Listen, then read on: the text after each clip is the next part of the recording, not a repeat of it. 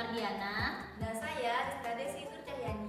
Kali ini kami akan membahas lafaz dari segi penggunaannya yang mencakup 5 pembahasan, yaitu hakikoh dan majas, Sari dan kinayah serta takwil.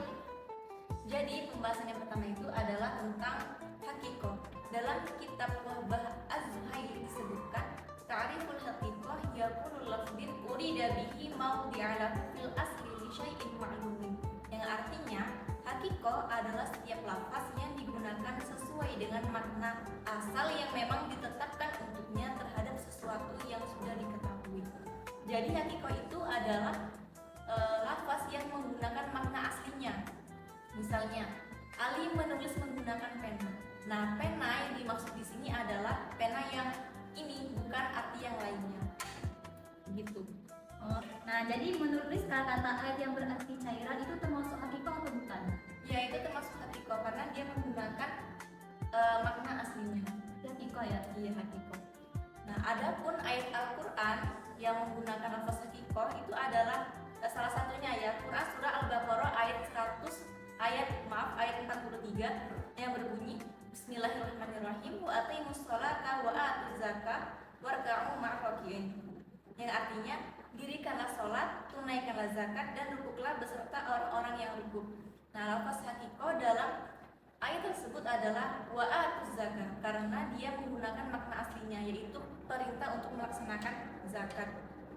Adapun penunjukan hukumnya, hukum taklifi dari ayat tersebut adalah wajib karena menunjukkan suatu perintah, sedangkan hukum wadainya adalah berupa sebab, yaitu mencapainya haul dan hisab menjadi sebab kita wajib mengeluarkan zakat.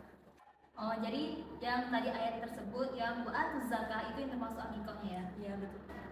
Lanjut yang kedua tentang majas. Nah, dalam kitab Wahbah Az-Zuhaili juga disebutkan ta'riful majazi wa kullu lafdin musta'arin li syai'in ghairi mawdi'a lahu li munasabatin bainahuma, yang artinya majaz adalah lafaz yang dipinjam untuk makna selain makna asalnya, biasanya karena adanya keterkaitan atau adanya hubungan.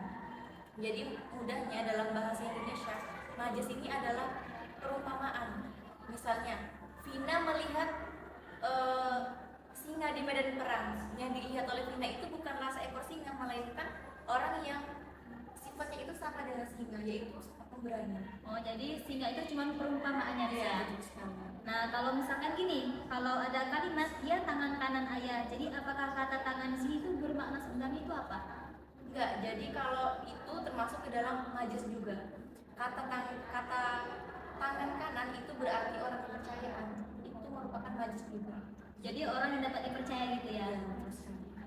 Nah, adapun ayat Al-Quran yang menggunakan lafaz majas ini, salah satunya adalah Quran surah Yusuf ayat 82 yang berbunyi Bismillahirrahmanirrahim was'alil qaryatal lati kunna fiha wal 'iral lati aqbalna fiha wa innala shadiqun, yang artinya dan tanyalah negeri yang kami berada di situ dan kafilah yang kami datang bersamanya, dan sesungguhnya kami adalah orang-orang yang benar.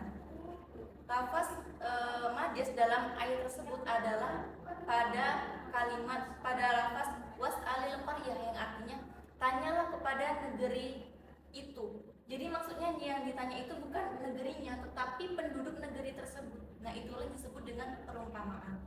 Adapun penunjukan hukum dari ayat tersebut adalah penunjukan taklifinya berupa perintah, yaitu pada kalimat was'ali tadi yang berarti tanyalah, perintah untuk bertanya.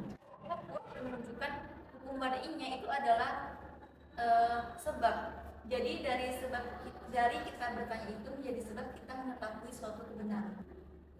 Terus yang ketiga tentang sharih. Dalam kitab Wahbah Az-Zuhaili disebutkan ta'rifus sharih ma dhahara bihi ma'na muradu dhuhuran mubayyinan bisababi kasratil istimali haqiqatan kana au majazan, yang artinya sharih adalah lafaz yang makna yang dimaksud itu tampak jelas karena sering digunakan baik secara hakikat maupun majaz. Nah, jadi sharih ini merupakan lafaz atau ucapan yang kalimatnya itu jelas, langsung, tegas. Jadi kita tuh nggak perlu penafsiran tambahan untuk memahaminya. gitu. Contohnya, saya menjual meja ini. Nah, lafaz tersebut merupakan sorry karena maknanya itu langsung kita bisa memahami bahwa memang saya menjual meja gitu. Nah, jadi kalau ada lapas kayak apakah kalimat saya menikahkan kau dengan anak saya itu termasuk sorry atau bukan? Nah, apalagi itu termasuk sorry karena memang lafaznya jelas sekali, tegas sekali, dan memang maknanya itu langsung. Oh, berarti tegas gitu ya, berarti termasuk sorry. Iya, betul sekali. Nah, terus adapun ayat Al-Quran yang menggunakan lafaz sorry itu adalah salah satunya Quran surah Al-Baqarah ayat 275 yang berbunyi Bismillahirrahmanirrahim wa ahallallahu al-bai'a wa harrama riba, yang artinya dan Allah menghalalkan jual beli dan mengharamkan riba. Lafaz sorry dalam ayat tersebut adalah pada lafaz wa ahallallahu al-bai' yang artinya Allah menghalalkan jual beli. Di situ jelas sekali bahwa Allah menghalalkan jual beli. Allah menyampaikan kebolehan jual beli gitu. Adapun penunjukan hukumnya, hukum taklifinya adalah mubah atau sebuah kebolehan, yaitu bolehnya melakukan jual beli karena telah disampaikan tadi bahwa hukumnya adalah mubah, boleh. Sedangkan hukum wadainya adalah sebab juga. Jadi terpenuhinya syarat jual beli di dalam syariat itu menjadi sebab bolehnya melakukan jual beli. Oh, berarti diperbolehkan ya, Sia? Boleh. Oke, kita lanjut pembahasan kita. Jadi pembahasan kita kali ini yaitu adalah tentang kinayah, yaitu masih dalam kitab Wabah Zuhaili. Jadi adapun definisi kinayah yaitu adalah al-kinayatul lafzu asliku wa aridu bihi lazimu maknahu mu'jazan ila iradatan zalika. Nah, jadi kinayah itu adalah ucapan yang memiliki makna tidak langsung. Jadi ucapannya di sini yaitu bermakna secara tidak langsung. Jadi kata-katanya itu bisa dipahami sesuai arti asli, tetapi yang dimaksud di sini yaitu adalah makna lain yang lebih halus atau tersirat. Oh, berarti untuk memahami lafaz kinayah itu kita perlu penafsiran tambahan gitu ya, Din? Nah, benar sekali Rizka. Jadi kita harus mendalami dan mencari penafsirannya lagi ya. Nah, jadi di sini contoh kinayah itu banyak ya, dalam Al-Qur'an itu juga banyak dan dalam kehidupan sehari juga banyak. Kalau dalam Al-Qur'an itu ada, kita ngambil contoh dalam surah Ad-Duha ayat 6 yang berbunyi walau saufa yu'tika rabbuka fatardo. Nah, jadi di situ di mana hukum kinayahnya, yaitu di kalimat fatardo. Nah, jadi kenapa kinayah? Itu kan artinya adalah sehingga kamu ridho atau puas. Nah, di situ kan jelas Allah merintahkan puas.